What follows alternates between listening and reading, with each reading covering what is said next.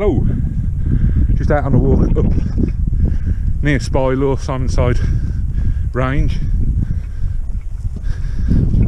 It's a bit blustery and overcast, but just going to check out a few paths that I've never walked before, so if there's anything of interest I'll bring you back and give you a look. At the minute there's just sheep. Catch you in a second. Well, we're up to Spylaw, or the gates of Spylaw. Must have been a long time since I've been up here because the trees have grown. So this little copse here last time I'm sure was only knee high, but they're all starting to get established.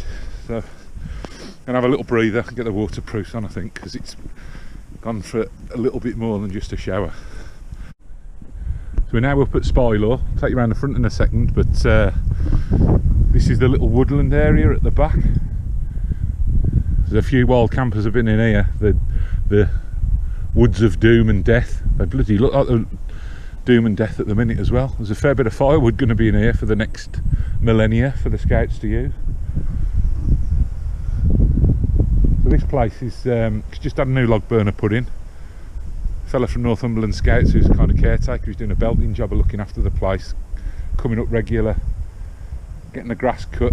Some of the explorers have been helping out, and big pat on the back, they're doing a brilliant job. This was the old log burning stove that was in the sitting room, which, as you can see, probably didn't meet some of the rules and regs as regards CO2 emissions and leakage and other things, but they've now had a nice new shiny stove done. My mate Michael's over there taking a couple of photographs, so I don't want to photobomb him. And then this is the bothy. So I think I'm going to have to have myself a little stay up here. Maybe wait for the weather to turn proper cold in the snow, because it's we've been up here in the snow a couple of times and it's cracking. So weather still can't make its mind up. It's that Peter K mizzly rain, gets you wet through. Can't see now through my glasses, but it's not cold.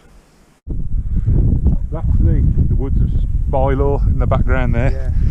And we're just having there's a bit of a pond in amongst the trees there, which I've never seen before. I've noticed it on the map, so we had a little mooch around that, nothing overly exciting, and now we're just looping round on a kind of quad bike track back onto the St Oswald's Way. So the expensive £3 quencher Pack-a-Mac that I bought about 10 years ago, the zip's knackered, so I'm going to have to treat myself to a new one. Get myself down, go outdoors and have a spending spree, see what's in the sale.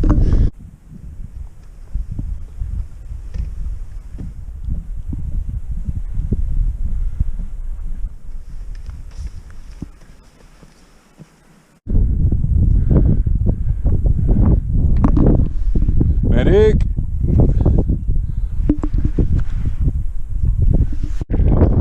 Michael's spitting feathers because he's just checked his watch to see how his Strava's doing, and he's somehow pressed pause or stop or something.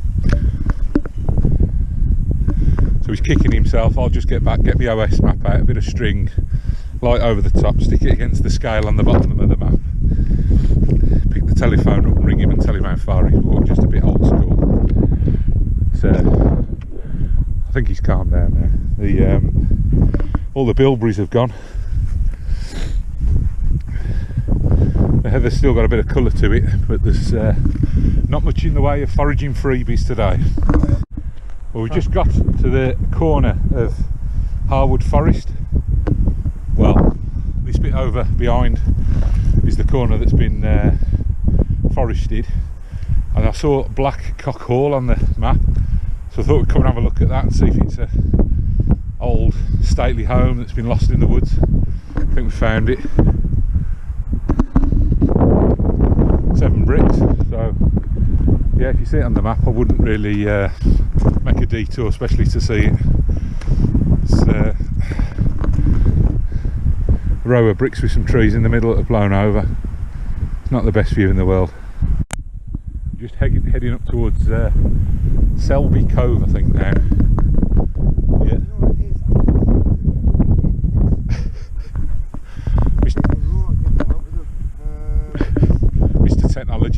weather again, I think, over here. It's starting to get a little bit atmospheric with the mist. The rain's holding off and it's reasonably warm, so can't complain. It's a lot better than having the rain and speckling my glasses, so I can't see what's going on. So we're now just walking up through Tick City. Boys, check your balls when you get back. I've had one on the whole nutsack, neck deep in there. And that's Selby's Cove with a bit of a valley running down. How does it get in here? Oh yeah, they just go after the moist, wet areas. Medic! Found a little patch of bilberries, topping up on a bit of vitamin C. Apparently they're not as good a vintage as the Glencoe ones. Can't say as I've tried them.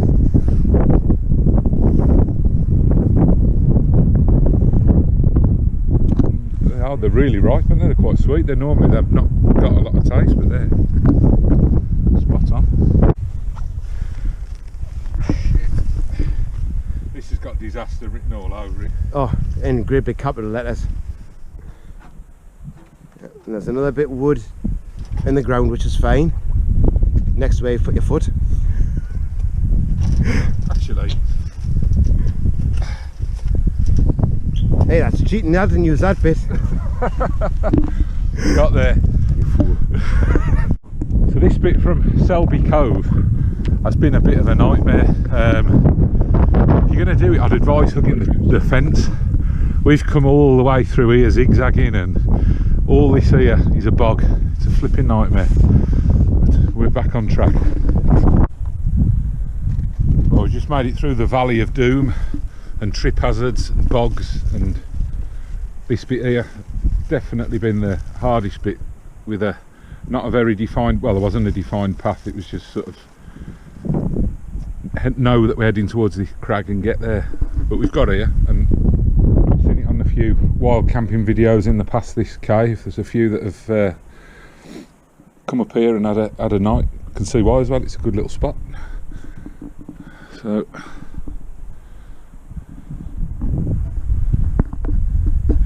now I've got my breath back and my blood pressure down again. I'm quite enjoying it. We shall crack on. Oh, I've got my blood back. I'm blowing out my arse here now. We've come to a sign. It says we're dead near. I think that's what that stands for. Any other ideas?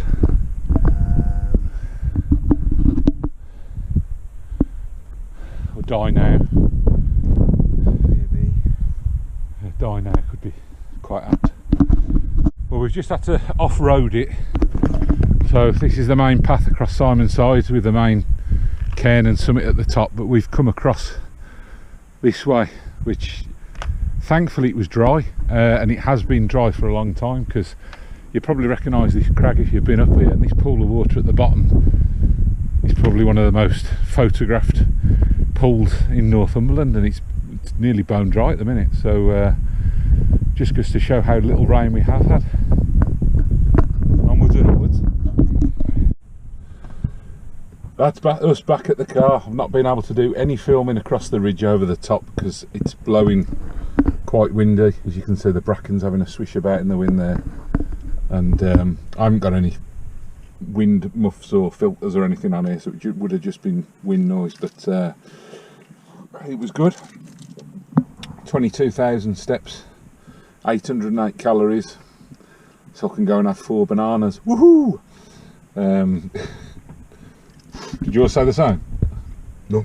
Oh, right. What, how many have you done that? I don't know. Didn't tell me.